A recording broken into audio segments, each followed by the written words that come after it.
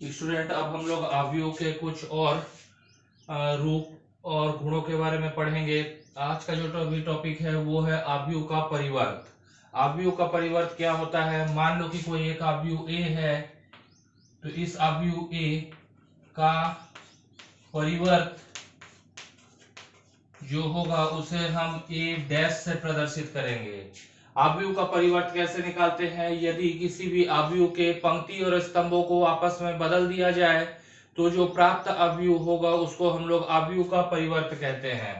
अगर यहाँ पर मैं एक अवयव मान लेता हूं कि ए है और ये है 1 3 -5 4, तो यहाँ पर मेरा पंक्ति क्या है? 1 3 -5 4, दो पंक्ति है, दो स्तंभ है, 1 -5 3 और 4।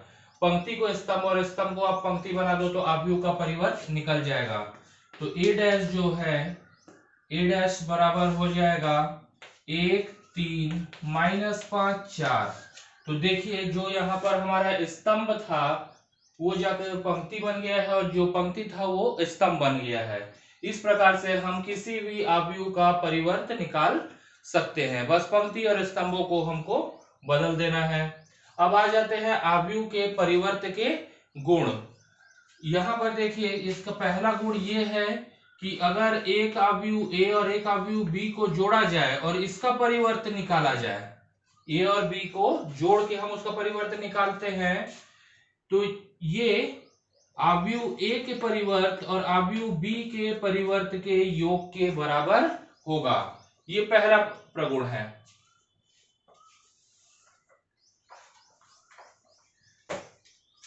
फिर दूसरा, किसी भी अवयव के परिवर्त का परिवर्त उसी अवयव को वापस कर देता है। मतलब देखिए पहले हम लोगों ने एक अवयव लिया, अवयव का परिवर्त निकाला, फिर परिवर्त का परिवर्त अगर हम निकालेंगे तो फिर से जो अवयव था उसी अवयव पे हम वापस आ जाएंगे। ये दूसरा प्रगुण हो गया। तीसरा, अगर कोई एक अचर है के, इसके साथ अवयव ए को गुणा करते हैं फिर इसका परिवर्त निकालते हैं, तो इसका मान अवयव के परिवर्त में के को गुणा करने पर जो होगा उसी के बराबर होगा। यहां पर क्या किए?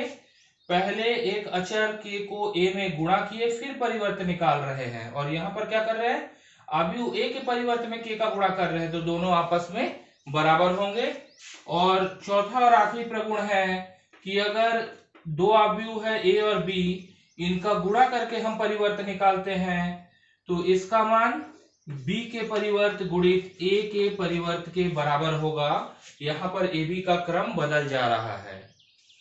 तो ये हो जाता है हमारा अवयव का परिवर्त, और अवयव के परिवर्त से संबंधित कुछ गुणों के बारे में हमने पढ़ा। कुछ सवाल इसके हल करेंगे, जो बचे हुए डाउट है वो क्लियर होंगे, और आगे कुछ और अवयव के गुण हैं उसको भी देख लेते हैं। चलिए,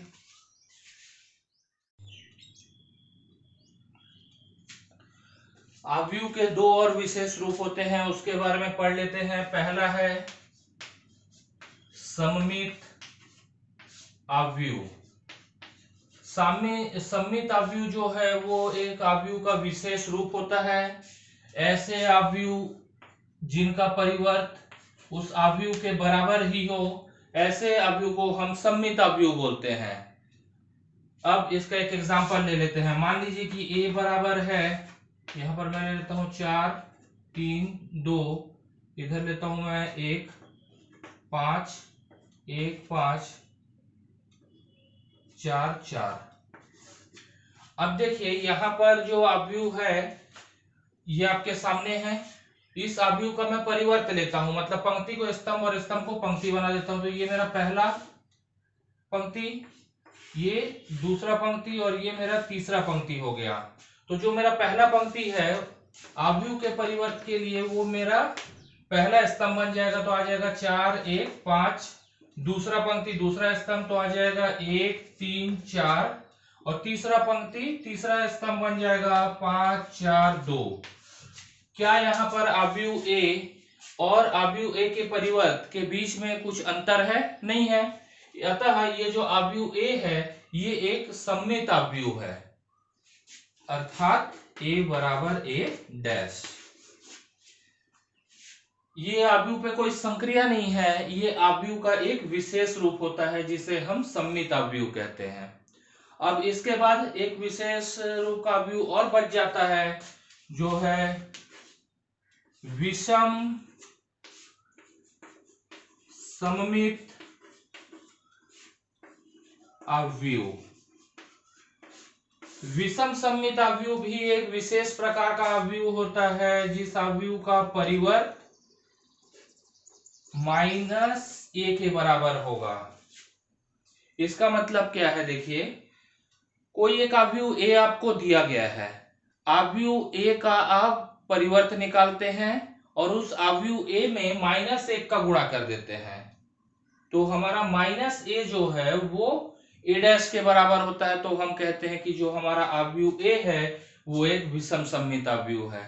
इसका भी एक उदाहरण देख लेते हैं। जैसे मैं a बराबर यहां पर ले लेता हूं 4 3 2 लिया, -1 -5 1 5 4 -4। अब लेते हैं इस आव्यूह a का परिवर्त, तो यहां पर आ गया a', पहला पंक्ति है हमारा 1 4 5, तो यहां आ जाएगा, सॉरी ये रूप नहीं होगा। मैं विषम सममित आव्यूह से संबंधित एक महत्वपूर्ण गुण आपको बताना भूल गया कि विषम सममित आव्यूह अगर कोई आव्यूह है तो उसके विकर्ण के सभी अवयव शून्य होते हैं।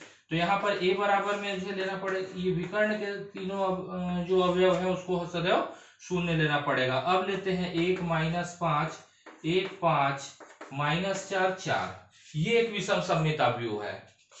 कैसे, इसको देख लेते हैं। अब ये आव्यूह जो है इसका परिवर्त निकाल लीजिए, a' बराबर आ जाएगा यहाँ पर 0 -1 -5 1 0 4 5 -4 0।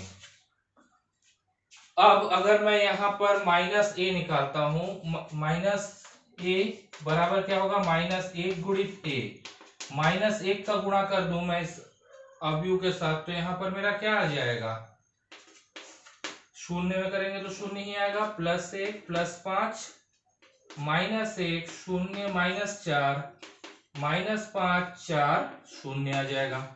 तो इस तरीके से हम देख सकते हैं कि इस आव्यूह a के लिए a' बराबर है -a, अतः हम कह सकते हैं कि जो a है वो एक विषम सममित आव्यूह है। विषम सममित आव्यूह होने का शर्त है कि उसके विकर्ण के सभी अवयव सदैव शून्य होते हैं। अगर विकर्ण के अवयव शून्य नहीं है तो वो विषम सममित आव्यूह हो ही नहीं सकता है, चेक करना तो दूर की बात है, वो होगा ही नहीं विषम सममित। तो मेरे ख्याल से आपको आव्यूह का परिवर्त कैसे निकालते हैं ये समझ में आ गया होगा। सममित आव्यूह और विषम सममित आव्यूह भी आपको समझ में आ गया होगा। अब अगले लेक्चर में हम लोग इसके कुछ सवाल हल करेंगे, तो जो कुछ बचा हुआ डाउट है आपका क्लियर हो जाना चाहिए। फिर भी अगर आपको कुछ डाउट रहता है तो आप मुझे कमेंट कर सकते हैं। Thank you.